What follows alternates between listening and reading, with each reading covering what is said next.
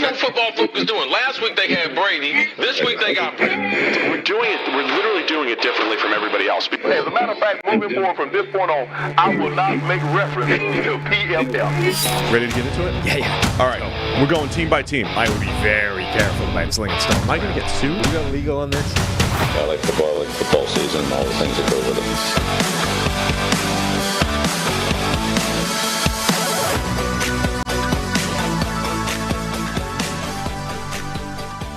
The last time these two teams met, the Eagles blew a 10-point lead to surrender the Super Bowl to the Kansas City Chiefs. This time around, they overcame a 10-point deficit and got one back on Kansas City, albeit in a trade that I'm pretty sure the Chiefs would take. Super Bowl versus, November Monday Night Football game. We're going to get into that game, talk all the storylines coming out of it, as well as some breaking NFL news this morning. Matt Canada, offensive coordinator of the Pittsburgh Steelers, has been fired. And do a little bit of a rookie review as well. And to help me do all of that is our guy, Trevor Sikkema. How's it going, Trev? It's going good. I was thinking about the game last night, and you're right. It's like, oh, yeah, Philly got one up on him. I mean, if Marquez Valdez-Scantling catches the ball, we're not having this conversation. It's completely different. But, here we are. It feels like that's always what is needed for the Chiefs to not win big games, right? It's almost like people that don't want to see the Chiefs win, that maybe might be tired of Kansas City winning, you almost have to pray for something out of the ordinary. Like, you got to pray that somebody just drops a pass that they never should have, or that there is a crazy call that should have never happened against Kansas City, or whatever. Because other than that, even in that game last night that Philly wins and you go wow, what a good game by Philly, what a big win, road win, all that, Kansas City should have won the game. They had the play, the ball was in MVS's hands, they should have won the game. But yeah, I mean, that's kind of how it goes watching the Chiefs these days. It's such a high starting point. Mahomes, Kelsey, Andy Reid, the defense is now playing better than it's ever played before. That platform, it's kind of hard to lose games when all that is there, even against a really good team like Philadelphia. So it is going to take stuff like that. We're going to get into this game, though, and break it down a little bit more. But first, we need to talk about securing your family's financial future, starting with life insurance. Fabric by Gerber Life makes it quick, easy, and affordable to protect your family so you can get back to enjoying life. Fabric was designed by parents for parents to help you get a high-quality, surprisingly affordable term life insurance policy in less than 10 minutes. Fabric has flexible policies that fit your family and your budget, with quality policies like $1 million in coverage for less than $1 a day. Get your personalized quote in just minutes and then apply when it's convenient for you. It's all online and on your schedule. You could go from start to covered in less than 10 minutes with no health exam required. Join the thousands of parents who trust Fabric to protect their family. Apply today in minutes at meetfabric.com/PFFNFL. That's meetfabric.com/PFFNFL. MEET fabric.com/PFFNFL. Policies issued by Western Southern Life Insurance Company, not available in certain states. Prices subject to underwriting and health questions. I got to say, Marquez Valdez-Scantling drops that one. The wide receiver room in Kansas City, everyone's been concerned about it, since the offseason, maybe since beyond that. It's becoming a bigger and bigger problem. Patrick Mahomes is down so bad that he's in the press conference saying, man, maybe if I just threw that pass a little bit shorter, made it easier to catch. It's like, dude, come on. You found the touchdown catch to win the game, put it in the guy's hands, and he drops it. That's not on you. I understand you kind of have to say nice things in the press conference rather than throw the receivers under their bus. But, Mahomes is doing what he can, and the receivers are not helping him out. Yeah, I mean, he can't really say anything else, right? That's what you would expect a quarterback to say, that Patrick Mahomes would say. But, yeah, I mean, you're paying MVS, $10 million a year to catch that exact ball. And he did it in the playoffs last year. I know a lot of people are clowning him for missing it this time around, but I can't remember if it was in the AFC Championship game or whichever game. He went off and had a massive catch that was a major difference maker for them. So it's not like he's never made that catch before, but the drops have been an issue for him, and the drops, I think, are an issue for a lot of these receivers. Justin Watson, like, okay, he's a nice wide receiver. I can't believe they're sitting here giving Justin Watson 11 targets a game. You know, like I remember watching Justin Watson when he was in Tampa because he was drafted by Tampa, and it was like, okay, this is a bottom of the depth chart kind of a wide receiver who's going to play some special team stuff for you. And he's over here leading the Chiefs in one of the biggest regular season games that they have. I mean, it shouldn't be. The rest of their team, and it's not like they haven't tried, right? I think a lot of us like the Sky Moore selection when he was drafted not too long ago. That hasn't really panned out. He hasn't become that receiver that we wanted him to be. Marquez Valdez-Scantling, obviously, we've talked about here. They bring back Mecole Hardman because he's a familiar face, but he's not like this major difference maker for them. They trade for Kadarius Toney, and we thought that was going to be a big move. So, like, they've done a lot of things to try to help it, but, you know, outside of getting in a time machine and going back in time and somehow telling DeAndre Hopkins to sign with the Chiefs this offseason, like, I don't really know what else they would have realistically done. This is kind of like the unit that they've had.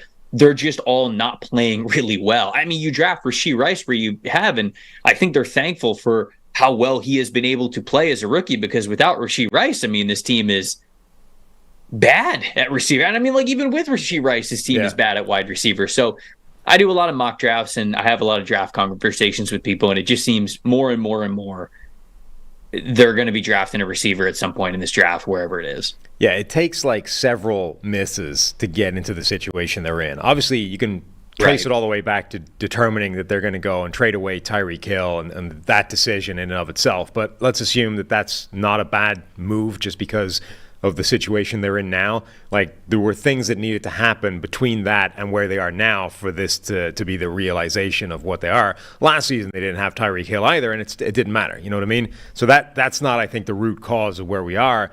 But it's, you know, Kadarius Toney hasn't managed to become anything more than just a gimmick guy within that offense. Same with Mecole Hardman. Sky Moore, you draft him with a high second-round pick. I love that pick. I cannot believe how bad he's been in this offense, but he's just taking up space now. I mean, he's averaging less than 0.9 yards per route run. They're finally scaling down his workload, but he's been like either the first or the second receiver in terms of playing time in this offense and doing almost nothing with it. Like, unbelievable how inconsequential he's been on the field. Marquez Valdez-Scantling, I think, is like, he actually has a useful role, but that role is now being minimized because of the way defenses are fighting back, right? His one trick is being taken away. So you have like a designated big play deep threat in a league where explosive plays are being taken off the table by defenses. So now he's in this situation where he's getting like 2 targets a game, and if he drops one of them, like, they lose the game. That's basically what we're talking about with Marquez Valdez-Scantling at the moment. And yeah, like, everything has gone south with the exception of Rashee Rice. And now they're in this situation where you've got another second-round rookie after Sky Moore didn't work out. But, like, Rashee Rice needs to be their number one receiver in terms of playing time, because they might forget what's happening now. They might need to rely on Rashee Rice in January and February. And if they can accelerate his development and his growth, he needs to be playing every snap they can get him right now, because that's the important part of this.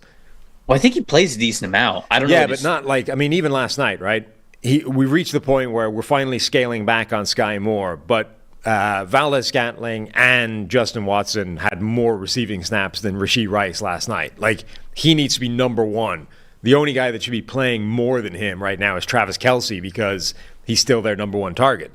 Yeah. No, and you know, again, it's kind of funny. We're sitting here talking about how awful, like truly awful, the receiver room is in Kansas City. And again, Valdez-Scantling catches that one pass, they win this game. We're having a probably completely different conversation. It doesn't change that the wide receiver room was bad. It doesn't change all the rest of the drops that they had throughout the night. But, like, we go into this morning talking about this show, like, look at what the Kansas City Chiefs are able to do with a terrible receiver room. They're still able to go out and beat the Philadelphia Eagles in a primetime matchup. So it's still right there for them, right? I mean, I still think that this team is probably the most dangerous team in the NFL, honestly, given how much I feel like the supporting cast has let Patrick Mahomes down this year, and yet they can continue to have this success.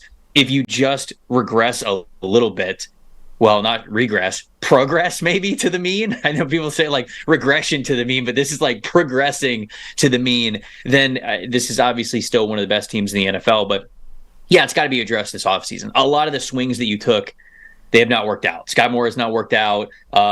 Like we mentioned, Kadarius Toney has not worked out. Valdez-Scantling kind of is, like you said, a one-trick pony. You bring back Mecole Hardman because you didn't really have any other options. Travis Kelce is...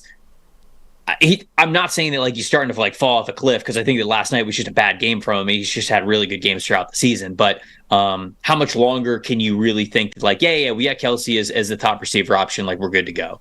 I think that you have to allocate a major resource, whether it's in cap space or in the NFL draft, into the receiver position, because it's Justin Watson.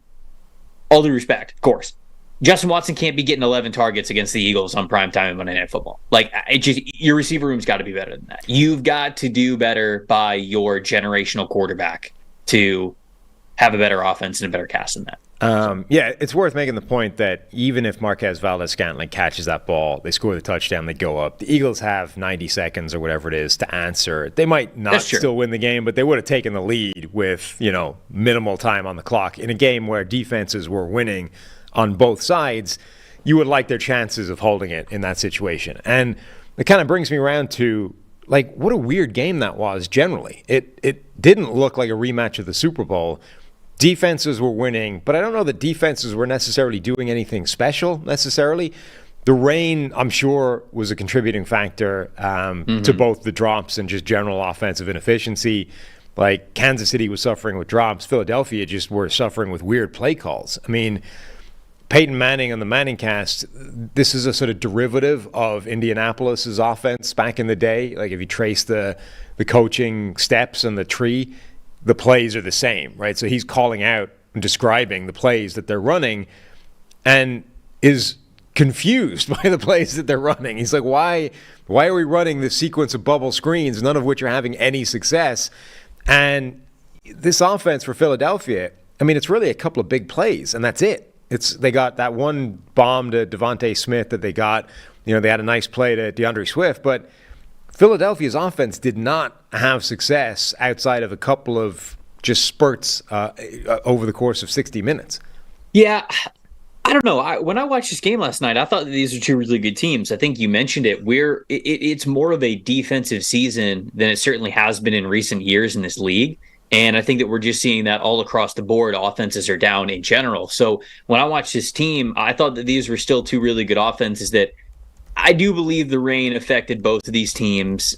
Certainly the drops really hurt Kansas City, but I also just felt like these defenses were playing really well. So to me, this was a very evenly matched top tier matchup. I know it didn't look like the Super Bowl because the offensive execution for both teams wasn't as stout as you mentioned, but I still came away watching this game with like, these are the best two teams in the NFL. Like, you could just sim to the Super Bowl if you want. I think it's going to be these two teams because I do believe that they're the most talented in each of their conferences. So I didn't feel as much of a like, man, this isn't the same.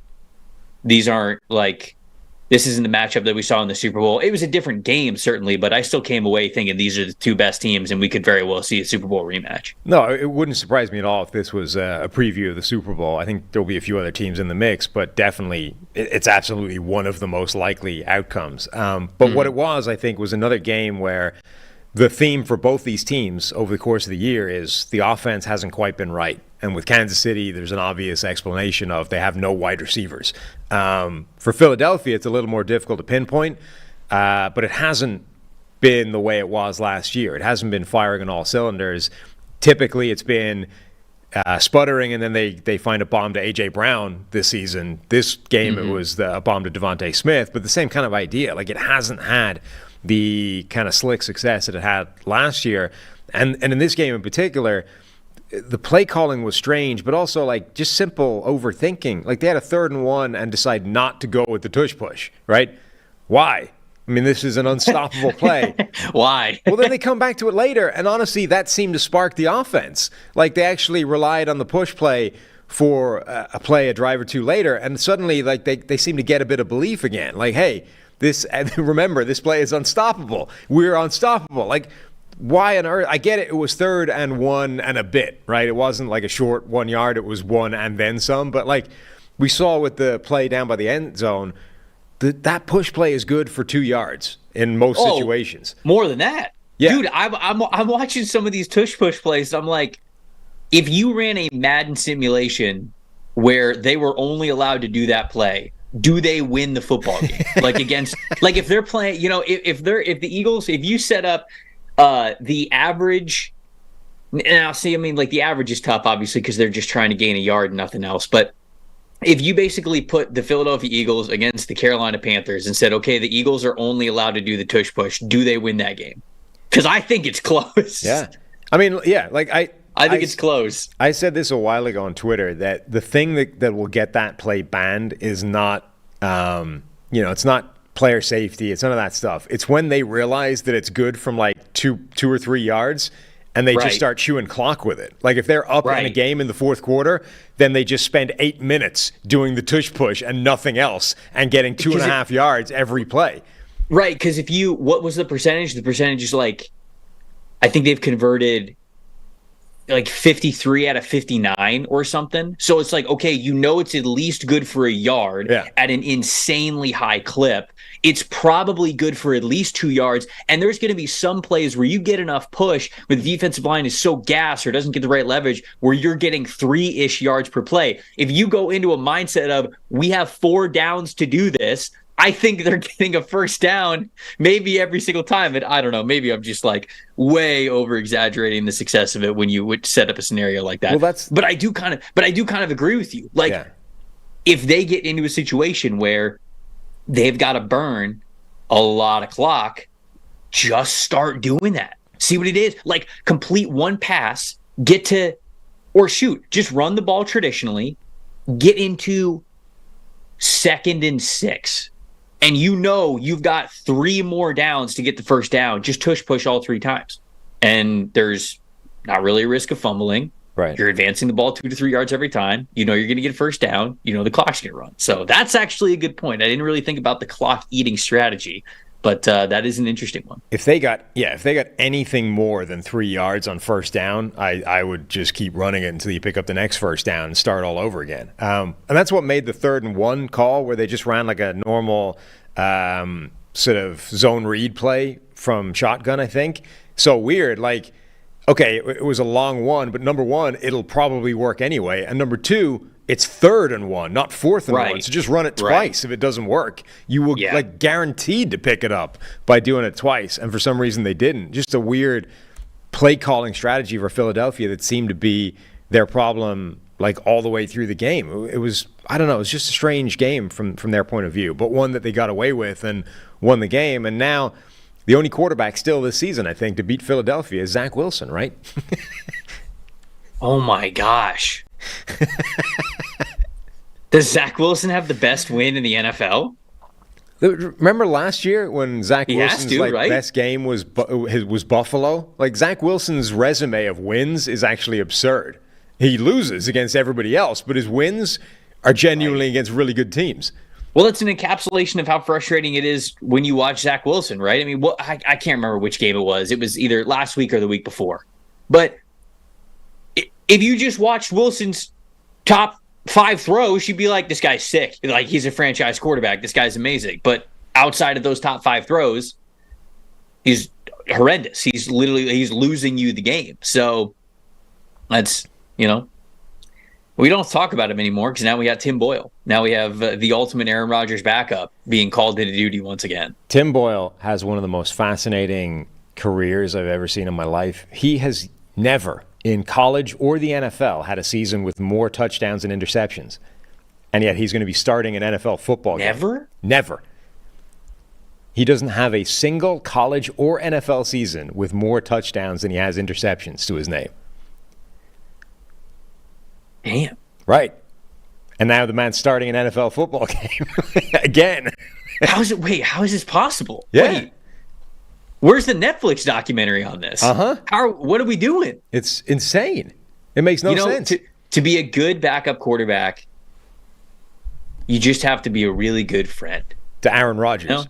Yeah. You just got to be a really good friend. Like, you just got to be a bro, like you just got to be a likable guy. You got to be the funny dude in the locker room, and the franchise quarterback's going to carry you around everywhere. That's good. I should start evaluating backup quarterbacks differently when I'm scouting them. Like, if I get to the point where I'm talking about a 6th rounder and beyond, like a guy who's going to be absolutely a career backup dude in the NFL, I've just got a completely different scale. Like, I don't have a numerical judgment scale for, like, okay, what's the arm strength, the accuracy, the decision making. I've just got, are you funny? Are you a good friend? Do you show up on time? Do you have a lot of coaching cliches? How many notebooks do you own? Like, what's your favorite? How many lines of the movie Tommy Boy can you quote off the top of your head? Like, that's the categories we're talking about. That's what you need to have to make it, apparently. Right. Where are you sourcing the snacks from? Like, those kinds of questions. Sure. Yeah. It's like there's a few of these quarterbacks, not quite as bad as this, but like Kyle Baller's college stats are insane. Like, the idea that guy was ever a first-round draft pick based off his college career is nuts. I mean, that he was drafted in the first round because he threw a football 50 yards from his knees, not because of anything we saw in his college career. He had one season where he had like a significantly better touchdown number than interception number. And that year, he completed 53% of his passes for 6.7 yards per attempt. Like, Kyle Baller's marquee signature season was crappy. And yet the guy went in the first round and was, an all-time bust. You just can't teach arm talent. Can't teach it. And that's what the NFL draft is all about, unfortunately. Yeah, there have been a lot of bad quarterbacks who could throw the football very far who get drafted way higher than they deserve to get drafted. All right, this podcast is brought to you by Prize Picks. Now, Tyler, producer extraordinaire, did the Prize Picks for this week, Monday night, and apparently went 1 for 3. So not a vintage day for our guy, Tyler Sovchek. I think Mahomes was the only one of those things that actually came off. The other ones, Jalen Hurts, apparently not the rushing threat you thought he would be. So bad day for Tyler. We'll see if he pitches it back to somebody else or if he tries. He was close. Hurts was close. Yeah. He had 29 rushing yards. Close doesn't get you anything, though, Trev. Close gets you nothing. Gets you mockery. Close does keep you thinking that you should continue to bet, though. That's what it does. Anyway, so we'll see if he redeems himself or pitches it back to somebody else that might have more success. But also, with the basketball season here, you can now pick Combro projections. Maybe that's how Tyler's going to redeem himself. Start threading in basketball to his football picks. From the Specials League on Prize Picks, a league created specifically for combo projections that includes 2 or more players from different sports or leagues. For example, LeBron James and Travis Kelce at a 10.5 combo of 3-pointers made and catches. Want to play alongside some of Prize Picks' favorite players like rapper Meek Mill and comedian Andrew Schultz? You can now find community plays under the promos tab of the app to view entries from some of the biggest names in the Prize Picks community each week. Prize Picks even offers a reboot policy so your entries stay in play even if one of your players gets injured. For football and basketball games, if you have a player who exits the game in the first half and does not return in the second, that player is rebooted. Prize Picks is the only daily fantasy sports platform with an injury insurance policy. Go to prizepicks.com/PFFNFL and use code PFFNFL for a first deposit match up to $100. Again, that's prizepicks.com/PFFNFL and use code PFFNFL for a first deposit match up to $100. All right, Trevor. The Band-Aid has been ripped off the Pittsburgh Steelers offense. Matt Canada has been fired mere days after Mike Tomlin was being fairly steadfast in his support of the offense. So there we go. There's the statement from Mike Tomlin. Matt Canada has been relieved of his duties as offensive coordinator. I appreciate Matt's hard work and dedication, and I wish him the best moving forward in his career. What do you make of this decision? Feels like it was 2 years too late. It feels like this should have been done a long, long time ago. And I'm not going to sit here and say that being an offensive coordinator, a play caller in the NFL is easy, but very clearly, like, Canada was not going in the right direction with this team. And it's always how should I say this? the most dangerous thing a franchise can do is kind of like drink their own Kool-Aid, right? I mean, like if you happen to have the ball bounce your way a couple of extra times and you know that you're getting lucky here and there, the worst thing that you can do is totally buy into a lot of that luck and think it's replicable. Steelers, and I don't mean this as too much of an insult, because I still think Mike Tomlin is an incredible head coach, and what he has done over the last 2 decades in this league has been unbelievable when it's come to success. But certainly as of late, they've had a lot of luck, I think, to get to that streak of being above 500 or not below 500, right? And it just feels as though there was a big push to say, like, no, we're fine. No, Canada's good. The offense is good. We're good to go. Look at this. Look at our record. Look how we're winning these games. And it's really dangerous when you do that. I think that it's really dangerous when you're kind of like sipping the Kool-Aid of a team that you know that is playing above expectation, having a little bit more luck. Because you need luck to win in this league, but you don't want that to be a pivotal strategy of how you are winning games. You don't want it to be like, oh, okay, well, if luck's not on our side today, we're screwed. And it feels as though the Pittsburgh Steelers, defense is a little bit of a different story, but offense especially, if luck's not on their side on offense, it's not good. And for the last 2 years. And so that's why it feels as though the arrow has been painted for a long time now. But Mike Tomlin to put it off. And I think a record, wins and losses, that's all that matters. And I just no coach, but I feel like he was kind of sticking a little bit with the offensive coordinator thing. To me, this is long overdue.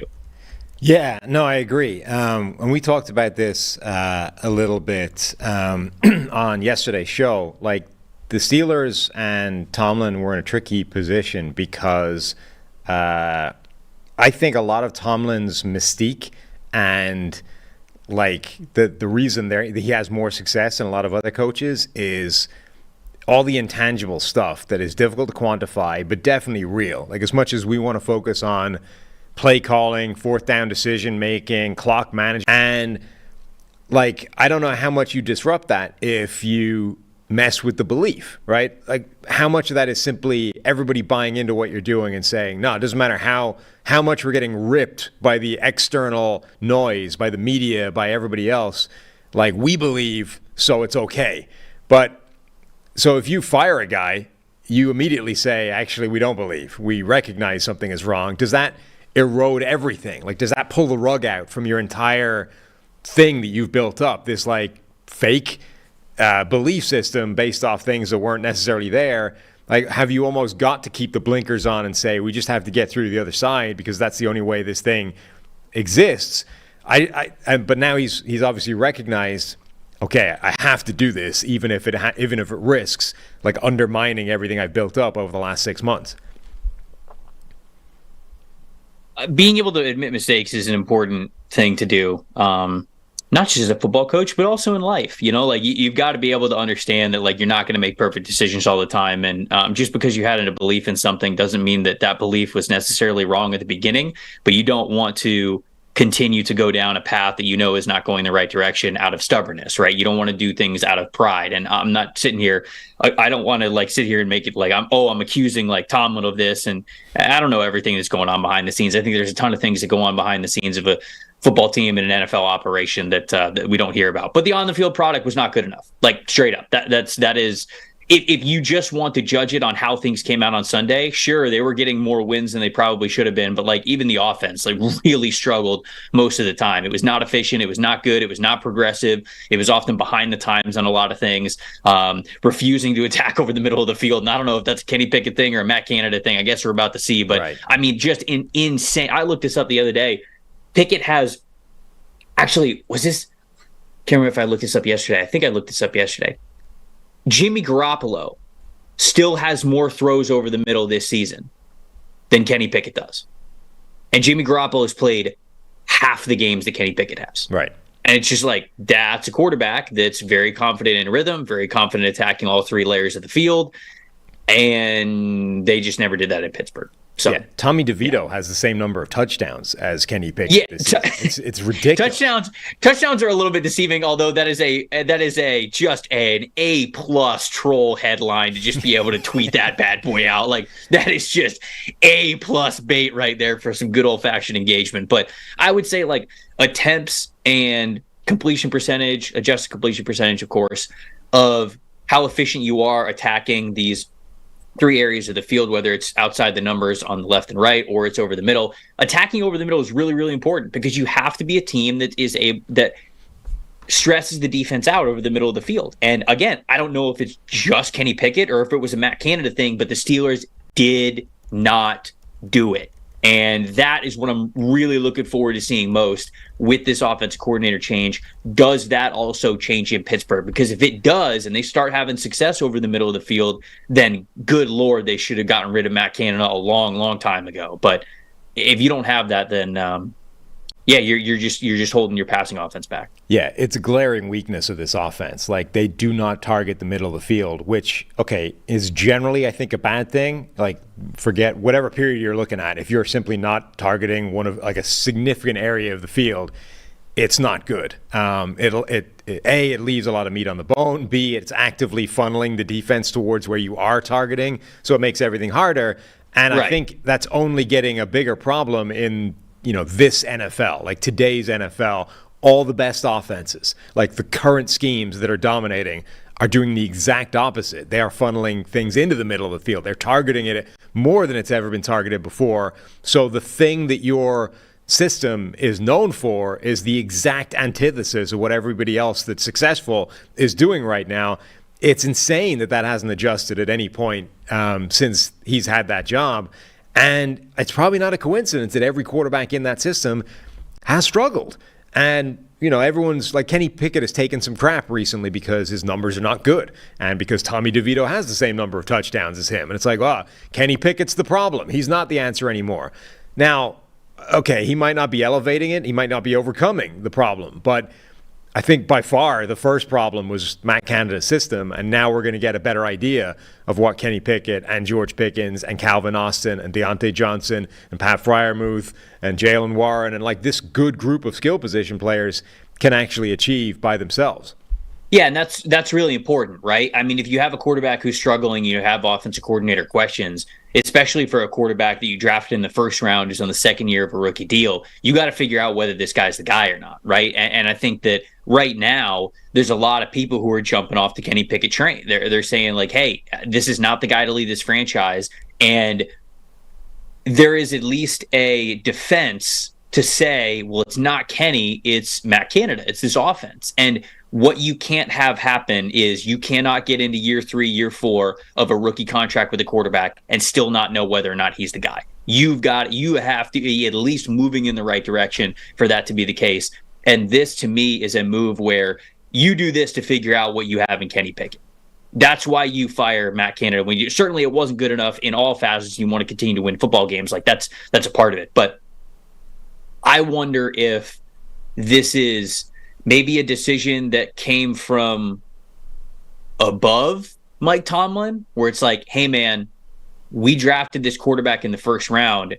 We still don't even know if he's the guy for us because this offense that he is operating in is so flawed. So you have to do what you need to do to figure out whether or not Kenny Pickett is the guy for us moving forward. And I think that maybe that is what spurred such a change in the middle of the season here for the Pittsburgh Steelers. Yeah, and it's worth pointing out that whether or not it was Tomlin or from above him, just how institutionally rare this is for Pittsburgh. Like, there are teams where firing coaches midway through the season doesn't register. It's something they do. It will happen. It's entirely expected.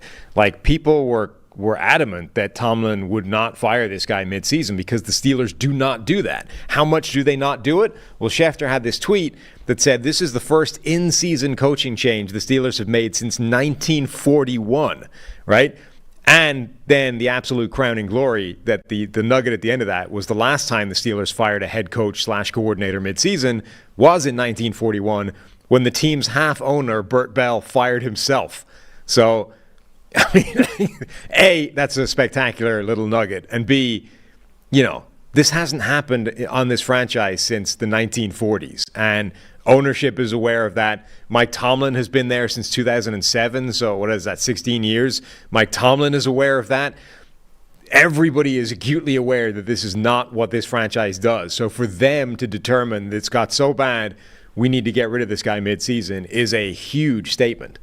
Yeah, and again, to me, it comes down to Pickett. That's why you make the change when you did, because you feel as though you cannot waste any more time here not knowing whether or not he is the guy. I don't know if they're looking at this upcoming draft pool of quarterbacks and saying, hey, there's a lot of quarterbacks that we could take here, maybe not in the first round, but maybe at some point throughout day 2 and day 3, if we feel like we need to, then we will.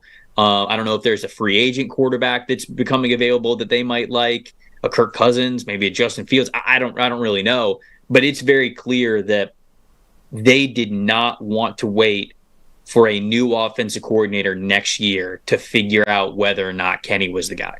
Right. These last, whatever it is, 7 games of this regular season are huge for whether or not Pickett's going to be the starter for them moving forward. Well, that noise you hear is not the sound of celebrating Pittsburgh fans. It's not a bird. It's not a plane. It's the most revolutionary ball trimmer the world has ever seen. Gentlemen, our friends over at Manscaped have been working night and day to bring you a below-the-waist grooming experience like no other with their brand new Lawnmower 5.0 Ultra. We're talking about a next-generation trimmer with interchangeable blade heads for whatever shave your mind can imagine. AI is cool, but I think we've finally hit the biggest technological advancement the world has ever seen. Upgrade your grooming game to the Ultrasphere this year by going to manscaped.com for 20% off and free shipping with the code PFF. High tech for low places, that's Manscaped. Every man knows how scary it can get when going for a close shave below the belt. That's why I trust Manscaped for all my sensitive areas. Inside this package, you will find the star of the show, the Lawnmower 5.0 Ultra. Their 5th generation trimmer features 2 interchangeable next-gen skin-safe blade heads, a standard one for taking just a little bit off the top, and a new foil blade to go smooth wherever your heart desires. We also have dual LED spotlights to provide contrast on multiple skin tones, 3 length-setting combs, and oh, did I mention this trimmer is waterproof too. So no more wet shaving down there. Count me in. Taking it on the go, Manscaped has you covered. This puppy comes with a travel case and even a travel lock feature to avoid any accidental powering on and or weird looks in the airport, at least above and beyond whatever you normally get. This right here is on the cutting edge of cutting pubes. Upgrade your ball trimmer and your life will follow. Get 20% off and free shipping with the code PFF at manscaped.com. That's 20% off and free shipping with the code PFF at manscaped.com. I can promise you've never seen a ball trimmer look like a spaceship. Get yours today from our folks over at Manscaped. All right, Trev, we've hit, week 11, under all wrapped up under the tree there. I see you've hit Christmas already. It's November 21st. It's Christmas time. I'm just going to leave that right there.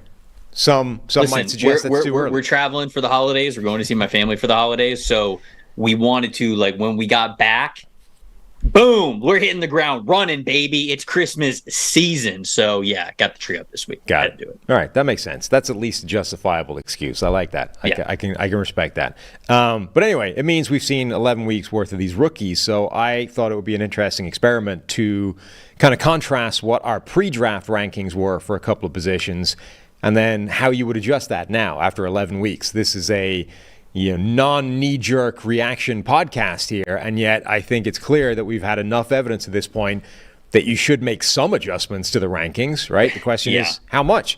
And then also we'll wrap this up by just a general top 5 of what rookies have impressed you the most. So the 2 positions I think make the most sense to do this with are wide receiver and then quarterbacks. So how do you want to do this? Do you want to? Will I start with mine, what my original rankings were, and then what my new top 5 would be? Yeah, do you want to do, you could pick quarterback, wide receiver first, doesn't matter. Let's go wide receiver, because I think that's the one where wide receiver is interesting because you get an absolute ton of playing time from guys, right? You can see an absolute load of evidence from all these guys, and the transition is so seamless these days from a lot of receivers. So my original draft rankings, pre-draft rankings, Jordan Addison, number 1. Jackson Smith and Jigba, number 2. Quentin Johnston, number 3, Tank Dell, number 4, and Josh Downs, number 5. My rankings now, I think I'm going to stick with Jordan Addison, number 1. I still have seen enough of him that I have faith he'll be an elite receiver. Tank Dell is now my number 2. I was too low on him, even though I had him number 4. The real loser, though, is Quentin Johnston, who I was low on and evidently not low enough. He drops out of my top 5 entirely. Puka Nacua jumps up to number 3, having been absolutely nowhere on my rankings. Keeping JSN at number 4 now. And then Rashee Rice jumps into my top 5. I liked Rashee Rice at the time, but found his tape so strange that I couldn't figure out a place to rank him properly. So that would be my top 5 after 11 weeks of evidence. Okay. All right. Man, all right. So Nacua is all the way up there. I guess that makes sense for how well he has played. Nacua is in my new top 5, but as a draft guy, I can't be too there. I'm going to be harsh on Quentin Johnston, but there's a couple other guys that I have in my top 5 that it's like, okay, it's still only halfway through their rookie year. So if we're redrafting them, I don't have a huge shakeup in my wide receivers, but the Tank Dell one, man, Tank is so awesome. Yeah. I had Tank at like wide receiver 11, and it was one of those things where it's just like, dude, elite body control, elite separation, elite startability, but he's just so small. Yeah. And I thought the same with Jordan Addison. And I had Jordan Addison, we'll see in a second. I had Jordan Addison as my wide receiver 5. And it wasn't because I didn't like his tape. Obviously, it was a Biletnikoff winner when he was at Pittsburgh. He was great when he was at Caleb Williams at USC. I just wondered, like, are you able to separate as much when you are now going up against NFL level secondary speed every single week? And do you have the ability to get off press coverage and really maintain that type of separation level? And he does. So this draft class has already become, people talk about, hey, like who are guys that maybe you missed on or were lower on that you learned from? This has already felt like it's been a season where it's taught me a little bit of, hey, at wide receiver, you could be a size outlier and you could still win as long as you are phenomenal at separation. As long as you have great body control, you're a really good route runner, like you can make up for it. Because those are two guys who love their tape.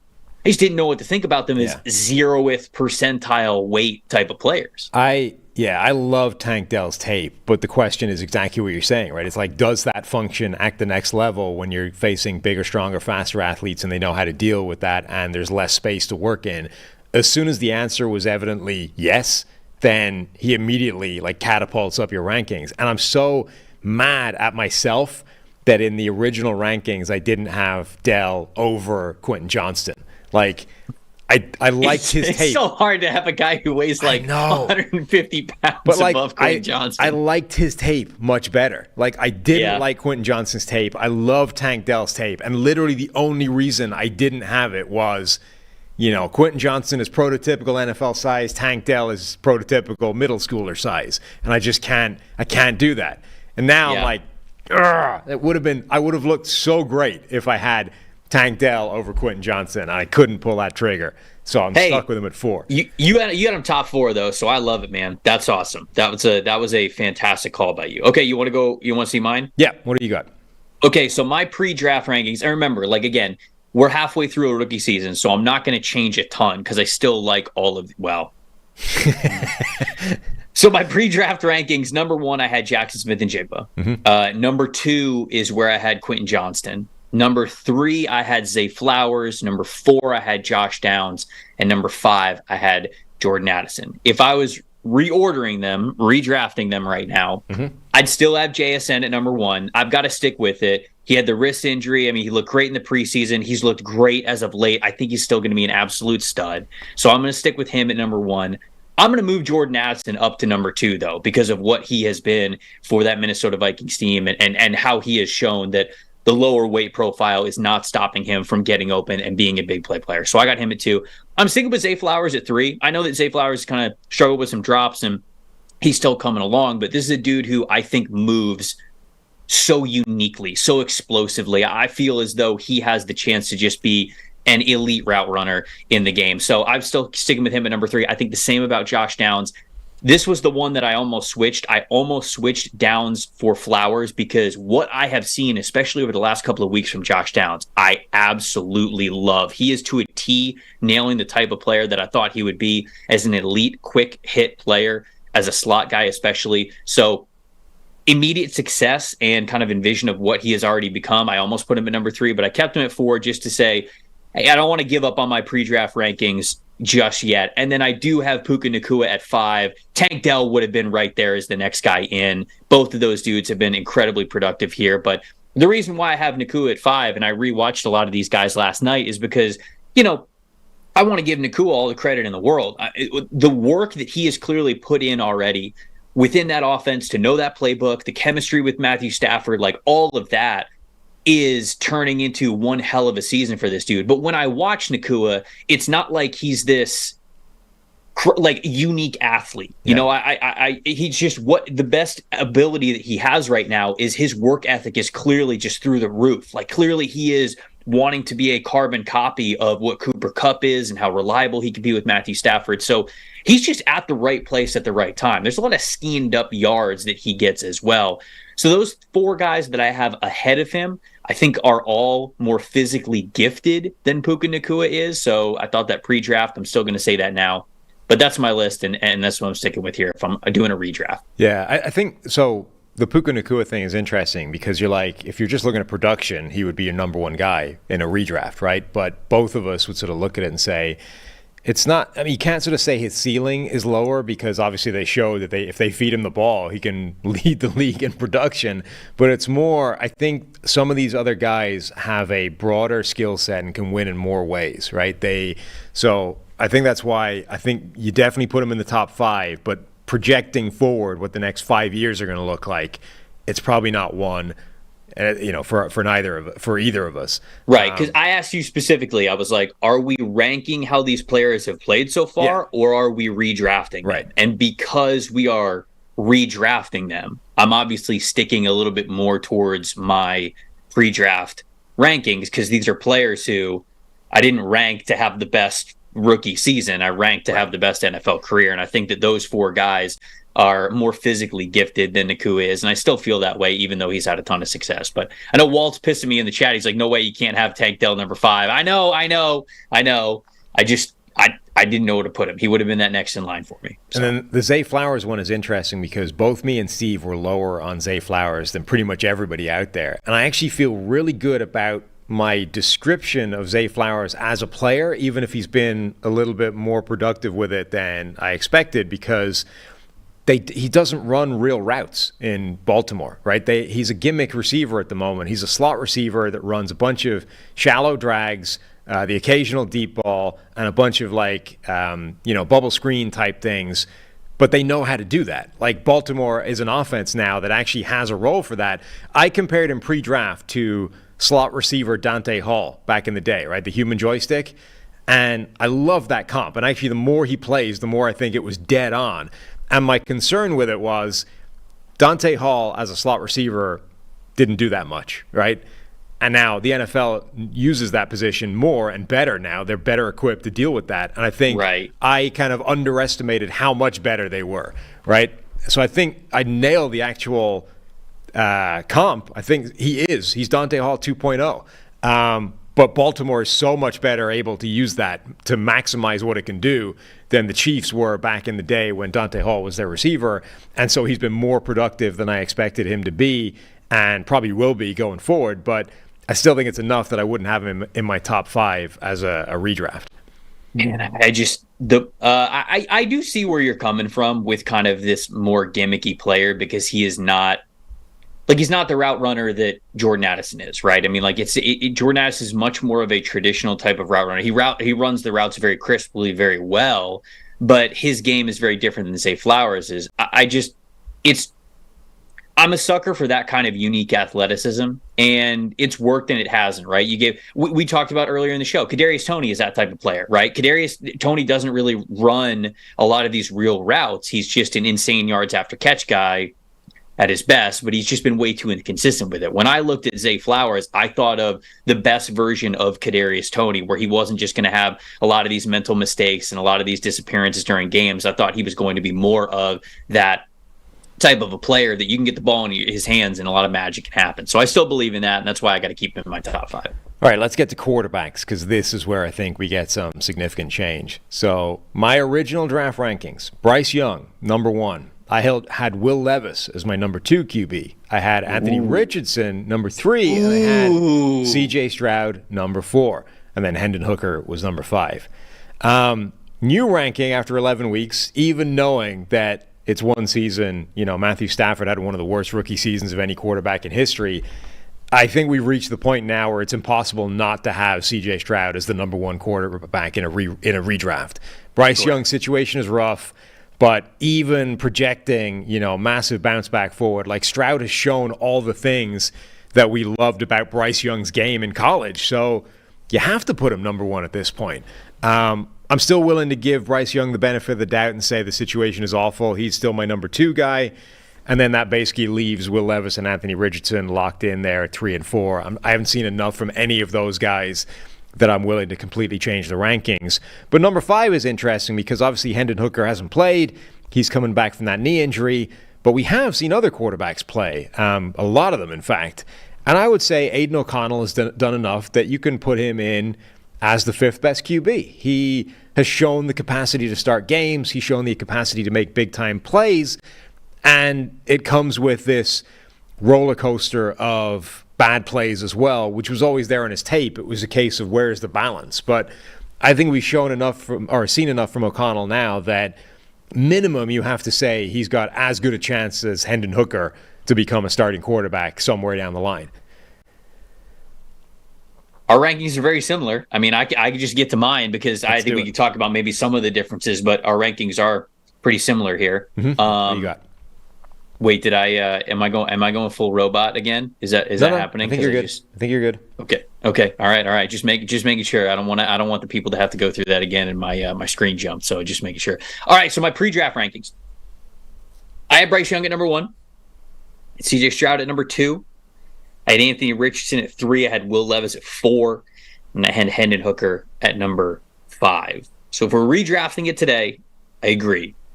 I don't really think that even the people who believe in Bryce Young a lot can stand here and not have C.J. Stroud number 1 with how he is playing. I get that it's a rookie year. You're right. There's a lot of things that can change. A rookie year doesn't define an NFL career, but you got to have C.J. Stroud at number 1 at this point. I also still gave Bryce Young the benefit of the doubt as that QB2. I just think that the situation in Carolina is terrible, and to be honest, I think the rest of it is bad as well, man. Like, I think that the coaching staff isn't right for him. The offensive line's bad. The wide receivers are bad. And he honestly I just wrote this recently. He looks like a deer in the headlights. Yeah. He doesn't even look like the same player at Alabama. So I'm hoping that this offseason he, has a 2-week darkness retreat, Aaron Rodgers style, and just forgets everything that happened over the last calendar year and gets back to playing the football that we saw him play at Alabama, because I still think he's good. Love what I saw from Anthony Richardson in the limited time that we saw with him and Shane Steichen. I like the potential of Will Levis still. Had him at number 4, still have him at number 4, and I agree completely. I wasn't that jazzed about Hendon Hooker coming into the draft anyways. I had him at number 5 because I think that he was the most viable number 5 quarterback within the rankings. I thought that was smart pre-draft, but now that I've already really seen it from Aiden O'Connell, and I wrote this in my Aiden O'Connell scouting report, if there's a player that I'm going to take a chance on from the 3rd round on at the quarterback position, a guy that I would bet on to become a starter, it would be O'Connell. That's the guy that I would bet on. And so now that we are seeing starting caliber moments from him, I think that I'm pretty comfortable putting him at number 5. So that is my list. The only real change that I have is I'm flipping Bryce Young and C.J. Stroud because you have to at this point. It's basically it would be extremely difficult to construct the argument that doesn't deserve to happen, even if you're willing to completely absolve everything we've seen from Bryce Young. Like, you can point to a lot of quarterbacks that started badly and had rough seasons.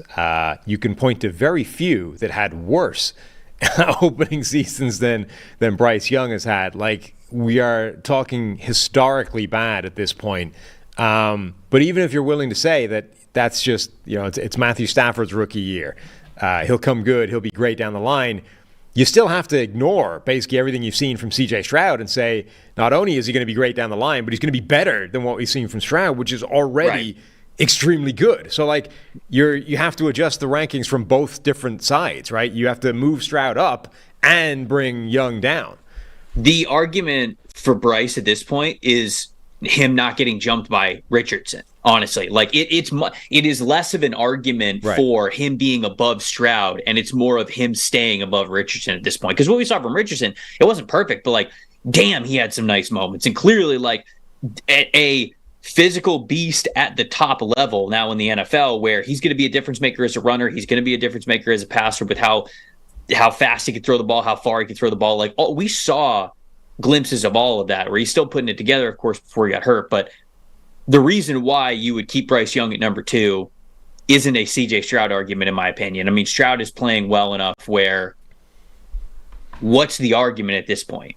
Right. Like, even the best version of Bryce Young as a rookie, I don't even think was going to look as good as what we're seeing from CJ Stroud this year. So it's what'd you say? The only possible argument you could even construct against CJ Stroud at this point is if you were willing to put 100% of the credit on Bobby Slowick and the system, right? And even I'm not willing to do that as a PFF Bobby, fan and friend. I'm not willing to say it's all Bobby. CJ Stroud's just a passenger in this thing. Like, maybe collectively it's working better than the sum of the parts, but like, you can't look at CJ Stroud's tape right now and say he's not elevating the thing as well as the thing elevating him. Right. No, I agree.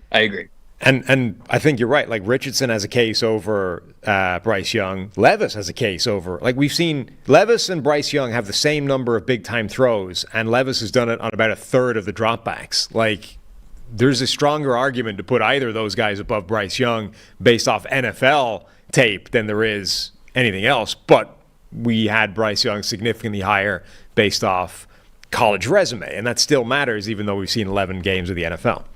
The toughest part for Bryce is kind of what I said before. Like, he's not even the same player that we saw at Bama. Yeah, it's not like we're getting the Alabama version of him, and he's just making more mistakes or playing in a less talented area. Like, he does not even look like the same player. He looks like he's a shell of himself. Like, he's a walking ghost. Like, he's staring into the abyss most of the games every time the camera goes on it. And so that's the tough part for me.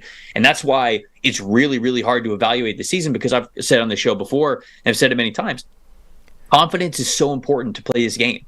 It is the key to unlocking all of your talent and all of your potential. If you are not a confident football player, you're not going to be good. I don't know how many players are playing with less confidence than Bryce Young right now. And so I don't even know how to... People are like, oh, see, I told you, he doesn't have the arm strength to do it at the NFL level. He's too small to do it at the NFL level. I can't even tell you whether or not that is or is not the case until I see him try to play more confidently. Honestly. Because we haven't...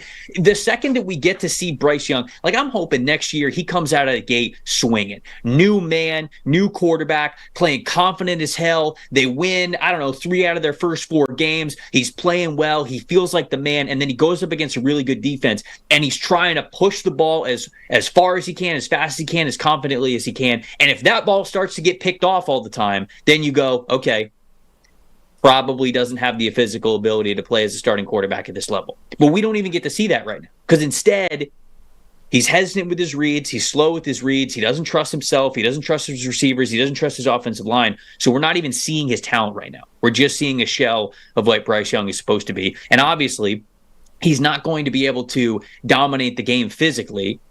He was always going to dominate the game mentally if he was going to ever get to that level. So to me, that's kind of how I'm viewing Bryce Young. And I'm almost just punting this entire year, because you almost have to. He's just not going to be a quarterback that's really fair of evaluation right now. Well, you're right. Yeah, you're either punting on the entire year, or you are terrified at what this is doing to him, right? There's 2 ways of looking at this. Either you say, let's throw it out it's almost entirely meaningless because the situation is so bad, or you're like, he is in fact this bad and his entire career is already in jeopardy 11 games into his rookie season. Either way, it's not good.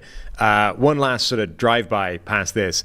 Tommy DeVito is fast becoming my favorite human in the world because on the one hand, you've got the Sopranos memes. Those are all outstanding. Huge fan. Every statistic connected to Tommy DeVito is also amazing. We already talked about how he has the same number of touchdowns as Kenny Pickett. He has been sacked the same number of times as CJ Stroud on 29% of the dropbacks. He has the same number of sacks. The pressure to sack rate, like when you get pressured, how many of those plays become sacks? It's a really quarterback-driven number. The best quarterbacks in the NFL do that at like a 10% rate, right? So it takes 10 pressures for you to actually get taken down and sacked by one of them. Tommy DeVito is currently being sacked on his pressured plays at a rate of 47%, which is like mind-blowing. It's amazing. He's just going into every press conference like, yeah, I'm not trying to be Mahomes. Just not. Like everybody else is trying to be Mahomes. I'm not trying to be Mahomes. I'm just trying to, get to the next play. That's all I'm trying to do. Don't turn the ball over. Don't put it at risk. Don't leave the pocket. Pocket's my home. It's my safe haven. I'm going down. Going down with the ship. His statistical profile is just absolutely incredible right now. In addition in addition to all the memes. So big fan of Tommy DeVito. Hope he keeps starting. All right, let's wrap this up with a overall top 5 of rookies so far this season. Offense and defense, who have been the most impressive standout performers from you? I will give you my top 5 to wrap this up, and then you can give me yours, and we'll have a little bit of a conversation about where we screwed it up. Okay. Stroud is the obvious candidate. However, I believe Jalen Carter has had a better start so far than CJ Stroud. All positions created equal. I'm not giving him bonus points just because it's quarterback. I think Jalen Carter has been the most impressive rookie in the NFL so far through 11 weeks. I do think CJ Stroud is right there with him. He's number 2. Devin Witherspoon, the Seattle Seahawks cornerback, has been spectacular. Love that guy's tape. Brian Branch, I think, is one of the best players in this entire draft. I think he's been awesome for the Lions. And then Puka Nacua at wide receiver. We talked about how you wouldn't necessarily project him as being the best wide receiver going forward, but through 11 weeks, it's pretty hard to argue with what he's done. Yeah, no, I would agree with you. Our lists are pretty similar, so I'll just go to mine. I have to have CJ Stroud at 1. Just for, you say, okay, I'm not necessarily taking the quarterback difficulty into account. It's hard for me to not do that, especially given really his supporting cast going into the year. I know that PFF Bobby has been orchestrating a great offense with him, but we went into the year thinking that this is going to be a rough one for Stroud, and I think that he is truly elevating the entire offense around him. So he's number 1 for me. I do have Jalen Carter at number 2. I think that it's got to be one of those two guys for how well they are playing. I agree with you completely. Devon Witherspoon's been an animal since he got back from his injury and since he's been in that starting lineup. He has been incredible. I have Nacua at 4. His production, it's just been insane. I mean, whether you want to call it, whether I'm being too harsh on the athletic ability or not, like just however you slice it, what he has been able to do on that offense, how he's been able to hit the ground running, even from game 1, has been incredibly impressive. Then 5, I got Will Anderson. Not necessarily like a stat stuffer this year, but I think that his presence has been really great. I think he's a fantastic 3-down edge rusher. I think the rest of the backfield production is going to continue to come, but he's putting together a lot of pressures, and I think he's playing a lot of really good ball. So I put him at number 5. Yeah, Anderson's had a great rookie season so far as well. Absolutely in contention for that top 5. Did you see, by the way, in the game last night that Jalen Carter almost intercepted a spike? So my immediate thought from that is, why doesn't that happen more often? Like, I think, Sam, I'm 100% honest with you. I think about that all the time.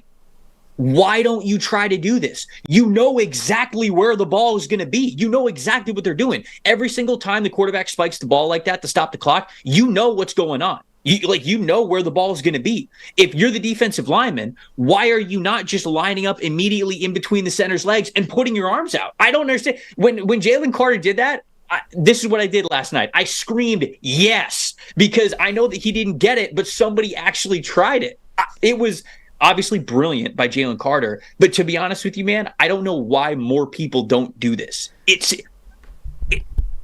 If he catches that football, even if the ball like hits his arm and happens to bounce up and then he catches it or whatever, the game's over. I just can't. I can't believe more people do not do this. I cannot believe it is not taught to do this for nose tackles. So Grady Jarrett actually did it one time, but he like drove through the A gap, I think, or the B gap maybe. Like he didn't dive between the center's legs. Like that was the most impressive part of this play. Shortest distance, baby. Right. Straight line. Like Garrett sort of plowed his way through the line and just sort of like bundled hold of the ball before the quarterback had really had a chance to spike it properly. But the thing that made this play so insane was that he just dived straight through the center's legs and was like lying there with his hands under where the ball was about to land. And it struck me as that, like, it's such a low percentage play, but I absolutely love it. It's like, even if you get in position, it's like when defensive linemen like pick off a pass that they're just trying to bat down. Like, not only do you have to put yourself in the position, but the ball then needs to stick once it hits your hands, which is just such a small percentage thing. But the fact that he did it by diving clean through the center's legs and just having his hands there like ready to catch it, if that had actually come off, it would have been one of the best plays in NFL history.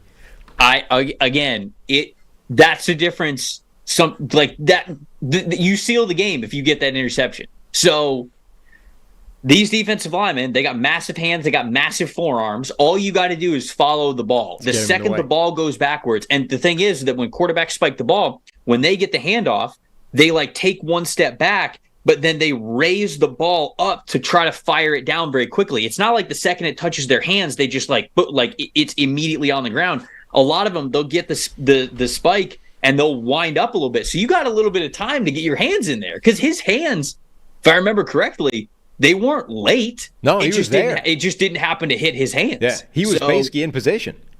You got to just teach the technique, right? Go in, have the arms like this, like together. Just have them together. And if the ball happens to hit your forearm, it's going to bounce off your forearm and it's not going to hit the ground. And all you got to do is just put your hands on it. Game's over. I do feel like it's a thing that once an offensive line's actually expecting it, it has dramatically less chance of occurring. Creed Humphrey is just going to like literally fall and sit on it. Just belly flop on him. Like that probably. But I guess that doesn't really matter, right? I mean, it probably makes it more difficult. If Creed Humphrey is laying on top of him and he still catches the football, it's still a pick. I've never tried it, but I feel like trying to catch a football with a 320-pound man lying on top of you is way more difficult than it is without that happening. I wouldn't disagree with you, but I still don't think it's impossible. I also, by the way, have no intention of trying it, even if Steve makes it to 320 pounds. I was going to say, that could be the next charity challenge that you guys do. Not doing that. Even if Steve reaches 3 bills plus, I'm not experimenting with that. No, not doing it. Just not doing it. I feel like height, mass alone, he's got to be close. You know? So he fluctuates in weight, apparently, right? When you're that, okay, sure, all of us do, right? Yeah. But the number becomes bigger when you're his size, right? So you and I'm sure, fluctuate in weight as well, but it's like 5 pounds here or there, right? Steve fluctuates in weight a much bigger number than that because he's a much larger individual than that. And these chairs that we're sitting on here in the studio have to be certified to withstand 3 bills worth of weight because the previous ones were not, and they no longer work as chairs because Steve has systematically broken them all. So yeah, he pushes 3 bills in his bad moments, right?